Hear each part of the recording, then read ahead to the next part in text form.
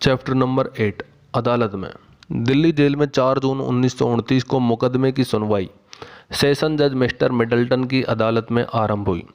सरकारी गवाहों के बयान के बाद भगत सिंह ने अपनी और बटुकेश्वर दत्त की ओर से 6 जून 1929 को जो बयान दिया उसके कुछ अंश यहाँ पर दिए जा रहे हैं।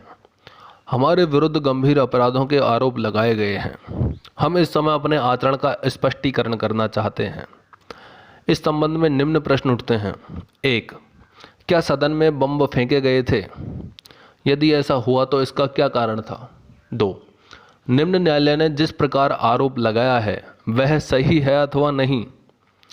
पहले प्रश्न के आधे भाग के लिए हमारा उत्तर स्वीकारात्मक है, परंतु कुछ साक्षियों ने घटना का असत्य विवरण प्रस्तुत किया है।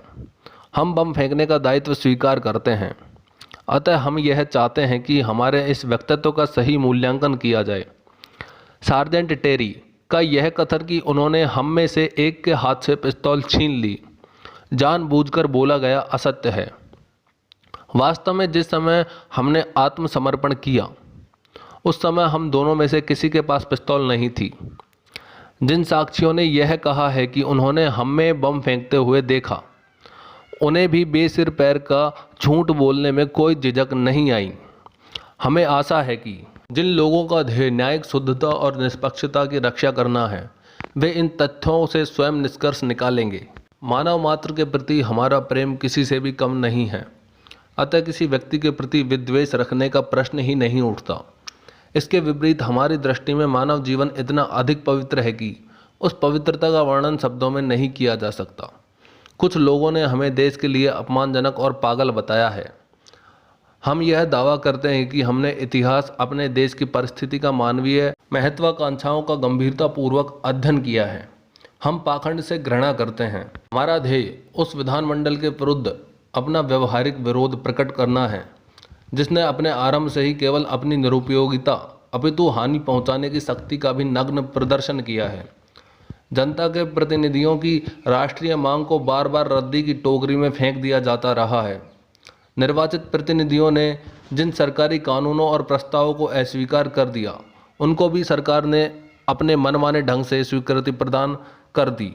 संक्षेप में, ईमानदारी के साथ प्रयत्न करने पर भी हमारी समझ में यह नहीं आ रहा है कि ऐसी संस्था का अस्तित्व किस प्रकार न्याय संगत माना जा सकता है जिसकी शान शौकत बनाए रखने के लिए भारत के करोड़ों लोगों के गाढ़े पसीने की कमाई खर्च की जाती है। तथापि दो सारहीन अभिनय और शैतानी से भरा षड्यंत्र मात्र बन के रह गया है। हम श्रमिक आंदोलन के नेताओं की गिरफ्तारी पर गंभीरता से चिंतन करते हैं और जब इस विषय पर होने वाले विवाद की आंखों देखी जानकारी प्राप्त करने के लिए हम असेंबली में आए तो हमारी यह धारणा और भी पुष्ट हो गई कि भारत के करोड़ों मेहनत करने वालों को एक ऐसी संस्था से कुछ भी प्राप्त नहीं हो सकता जो शोषकों की दम घोटने वाली सत्ता और असहाय श्रमिकों की पराधीनता का एक खतरनाक स्मारक बनकर रह गई है। हमारा एकमात्र उद्देश्य यह है कि हम बहरों को अपनी आवाज़ सुनाएं और समय की चेतावनी उन लोगों तक पहुंचाएं जो उसकी उपेक्षा कर रहे हैं। दूसरे लोग भी हमारी ही तरह सोच रहे हैं और यद्यपि भारतीय जनता ऊपर से शांत समुद्र की भांति दिखाई दे रही है तथापि भीतर ही भीतर एक भयंकर तूफान उफंद रहा है। हमने उन लोगों को खतरे की चेतावनी दे दी है जो सामने आने वाली गंभीर परिस्थितियों की चिंता किए बिना सरपट दौड़े जा रहे हैं। इस देश में एक नया आंदोलन उठ खड़ा हुआ है जिसकी पूर्व सूचना हम दे चुके हैं। यह आंदोलन गुरु गोविंद सिंह जी और शिवाजी, कमला पाशा और रीजा खां, वॉशिंगटन और गैरीबाल्डी तथा लाफायते और लेनिन के कार्यों से प्रेरणा लेता है। हमें ऐसा लगा कि विदेशी सरकार ने इस आंदोलन की ओर से आंखें मूंद ली हैं तथा उनके कानों में इसकी आवाज़ नहीं पड़ी है। अतः हमें यह कर्तव्य प्रतीत हुआ है कि हम ऐसे स्थानों पर चेतावनी दें जहां हमारी आवाज़ अनसुनी न रह सके। उन्होंने अपने बयान में यह भी बताया कि वे बमों की शक्ति को पूरी तरह जानते हैं। बम बनाए ही इस ढंग से गए हैं कि इनसे किसी की जान न जाए, मात्र धमाका ही हो। यदि बमों के भीतर प्रभावशाली विस्फोटक तथा विनाशकारी तत्व भरे होते तो वे विधानसभा के अधिकांश सदस्यों की जीवन लीला समाप्त कर सकते थे। हम यह भी कर सकते थे कि हम उसे सरकारी बॉक्स में फेंकते जहां महत्वपूर्ण लोग बैठे थे, और आखिरकार हम यह भी कर सकते थे कि उस समय अध्यक्ष की गैलरी में बैठे हुए सर जॉन साइमन पर चोट करते, जिसके दुर्भाग्यपूर्ण कमीशन से देश के सभी पढ़े लिखे लोग घृणा करते हैं। परंतु हमारा प्रयोजन यह सब नहीं था, और बमों का जिस प्रयोजन के लिए निर्माण किया गया था उन्होंने उससे अधिक काम नहीं किया। इसमें कोई चमत्कार नहीं है। हमने जानबूझकर यह ध्येय निश्चित किया था कि सभी लोग सुरक्षित रहें। भगत सिंह और दत्त यदि चाहते तो बम फेंकने के बाद आसानी से भाग सकते थे, परंतु उनका उद्देश्य तो क्रांति को जनता तक पहुंचाना था, और इसके लिए आवश्यक था कि वे स्वयं को गिरफ्तार करवाकर अदालत के माध्यम से अपने विचारों को सरकार के सामने प्रस्तुत करें। इसके पश्चात हमने अपने कार्य के परिणाम स्वरूप दंड प्राप्त करने के लिए स्वेच्छा से अपने आप को प्रस्तुत कर दिया, और साम्राज्यवादी शोषकों को यह बता दिया कि व्यक्तियों को कुचल सकते हैं, विचारों को हत्या नहीं कर सकते। दो महत्वहीन इकाइयों को कुचल देने से राष्ट्र नहीं कुचला जा सकता। हम इस ऐतिहासिक निष्कर्ष पर बल देना चाहते हैं कि फ्रांस का क्रांतिकारी आंदोलन कुचला नहीं जा सका। फांसी की रस्सी और साइबेरिया में बिछाई गई माइन रूसी क्रांति की ज्वाला को नहीं बुझा सकी। अतः यह भी असंभव है कि अध्यादेश और सुरक्षा विधेयक भारतीय स्वाधीनता की लपटों को बुझा नहीं सकते। न्यायालय में भगत सिंह से पूछा गया था कि क्रांति से वे क्या समझते हैं। इस प्रश्न के उत्तर में उन्होंने कहा, क्रांति घातक संघर्षों का अनिवार्य स्थान नहीं है, न उसमें व्यक्तिगत रूप से बदला लेने की ही गुंजाइश है। क्रांति बम और पिस्तौल की संस्कृति नहीं है। क्रांति से हमारा प्रयोजन यह है कि अन्याय पर आधारित वर्तमान व्यवस्था में परिवर्तन होना चाहिए। एक और सबके लिए अन्न उगाने वाले कृषक सहपरिवार भूखों मर रहे हैं। सारी दुनिया के बाजारों में कपड़े की पूर्ति करने वाले बुनकर अपने और अपने बच्चों के शरीर को ढांपने के लिए पूरे वस्त्र प्राप्त नहीं कर पाते। भवन निर्माण, लोहारी और बढ़ईगिरी के कामों में लगे लोग शानदार महलों का निर्माण करके भी गंदी बस्तियों में रहते हैं और मर जाते हैं। दूसरी ओर पूंजीपति शोषक और समाज पर घुन की तरह जीने वाले लोग अपनी सनक पूरी करने के लिए करोड़ों रुपया पानी की तरह बहा देते हैं। यह भयंकर विषमताएं और विकास के अवसरों की कृत्रिम समानताएं समाज को अराजकता की ओर ले जा रही है। अतः क्रांतिकारी परिवर्तन की आवश्यकता है, और जो लोग इस आवश्यकता को अनुभव करते हैं उनका यह कर्तव्य है कि वे समाज को समाजवादी आधारों पर पुनर्गठित करें। जब तक यह नहीं होगा, एक मनुष्य के द्वारा दूसरे मनुष्य तथा राष्ट्र के द्वारा दूसरे राष्ट्र का शोषण होता रहेगा, जिसे साम्राज्यवाद कहा जा सकता है। तब तक उसके द्वारा उत्पन्न होने वाली पीड़ाओं और अपमानों से मानव जाति को नहीं बचाया जा सकता। क्रांति से हमारा प्रयोजन अंततः एक ऐसी सामाजिक व्यवस्था का कायम करना है जिसको इस प्रकार के घातक खतरों का सामना न करना पड़े, और जिसमें सर्वहारा वर्ग की प्रभुता को मान्यता ही दी जाए। वे आगे कहते हैं, क्रांति मानव जाति का जन्मसिद्ध अधिकार है। स्वतंत्रता सभी मनुष्यों का एक ऐसा जन्मसिद्ध अधिकार है जिसे किसी भी स्थिति में छीना नहीं जा सकता। श्रमिक वर्ग समाज का वास्तविक आधार है। लोक प्रभुता की स्थापना श्रमिकों का अंतिम ध्येय है। इन आदर्शों तथा इस आस्था के लिए हम उन सब कष्टों का स्वागत करेंगे जो हमें न्यायालय द्वारा दिए जाएंगे। क्रांति की इस वेदी पर हम अपना यौवन बत्ती की भांति जलाने के लिए सन्नद्ध हुए हैं। इतने महान ध्येय के लिए कोई भी बलिदान बड़ा नहीं माना जा सकता। हम क्रांति की उन्नति संतोषपूर्वक प्रतीक्षा करेंगे। इनकलाब जिंदाबाद। इस वक्तव्य में भगत सिंह ने नई समाज व्यवस्था की रूपरेखा और इन्होंने पहली बार समाजवादी समाज की घोषणा की। जब यह वक्तव्य समाचार पत्रों में प्रकाशित हुआ तो देशवासियों का ध्यान भगत सिंह पर केंद्रित हो गया। उनकी जोशीली भाषा, नई विचार पद्धति और कष्ट झेलने की, हंसते हंसते आगे बढ़ने की तथा बलिदान के प्रति इतना साहस और निर्लिप्तता, इस सब से वे सब लोगों के प्रिय हो गए। 10 जून 1929 को केस की सुनवाई समाप्त हो गई।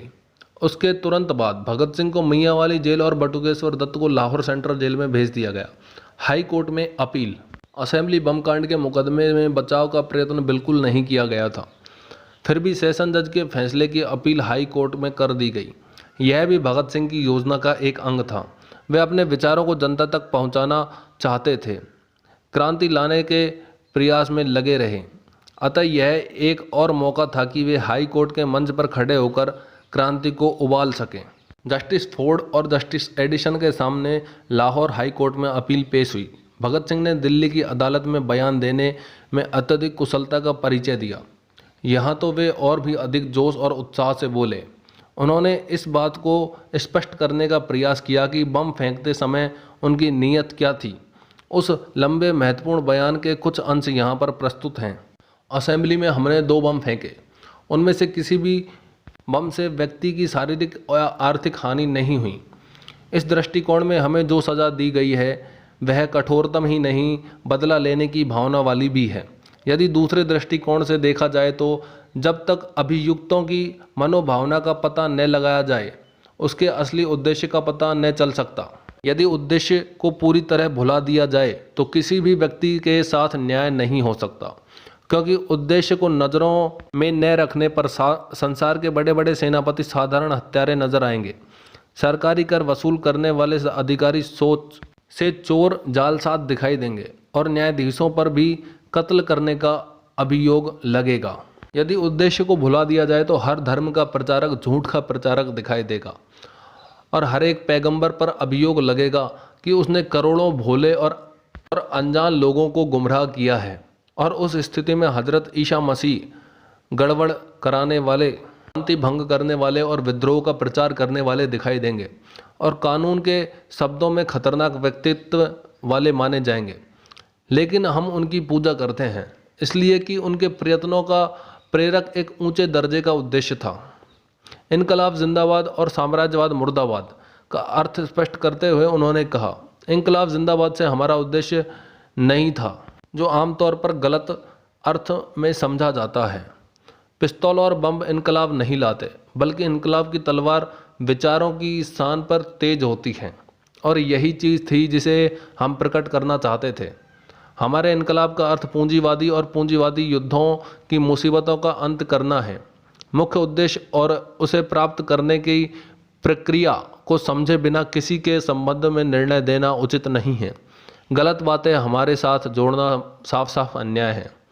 बमों के अंदर कितनी शक्ति है इसकी उन्हें पूरी जानकारी थी और बम इसलिए खाली स्थान पर फेंके गए ताकि किसी को चोट न आए। इस संबंध में स्पष्टीकरण करते हुए भगत सिंह ने कहा, यदि हमें बमों की ताकत के संबंध में कोई ज्ञान न होता तो हम पंडित मोतीलाल नेहरू, श्री केसरकर, श्री जयकर, श्री जिन्ना जैसे माननीय राष्ट्रीय नेताओं की उपस्थिति में क्यों बम फेंकते। हम नेताओं के जीवन को किस तरह से खतरे में डाल सकते थे। बमों की ताकत के संबंध में हमें निश्चित जानकारी थी। उसी समय ऐसा साहस किया। जिन बेंचों पर लोग बैठे थे उन पर बम फेंकना कहीं आसान काम था, लेकिन खाली जगह पर बम फेंकना निहायत ही मुश्किल काम था। अगर बम फेंकने वाले सही दिमाग के न होते तो बम खाली जगहों की बजाय बेंचों पर गिरते। मैं तो कहता हूं कि खाली जगह के चुनाव के लिए जो हिम्मत हमने दिखाई उसके लिए हमें इनाम मिलना चाहिए। अंत में उन्होंने कहा, इन हालातों में माय लॉर्ड, हम सोचते हैं कि हमें ठीक तरह से नहीं समझा गया। आपकी सेवा में हम सजाओं की कमी कराने नहीं आए, बल्कि अपनी स्थिति स्पष्ट करने के लिए आए हैं। हम तो चाहते हैं कि न तो हमसे अनुचित व्यवहार किया जाए, न ही हमारे संबंध में अनुचित राय दी जाए। सजा का सवाल हमारे लिए गौण है। उपरोक्त दोनों बयान अत्यंत महत्वपूर्ण हैं। वास्तव में भगत सिंह को पूरी तरह समझने के लिए दोनों बयानों का अध्ययन बहुत ही आवश्यक है। भले ही बयान बहुत महत्वपूर्ण था, परंतु सत्ता के नशे में चूर जजों ने इससे स्वीकार नहीं किया और सेशन जज के फैसले को बहाल रखते हुए भगत सिंह और बटुकेश्वर दत्त को आजन्म कारावास का दंड सुना दिया।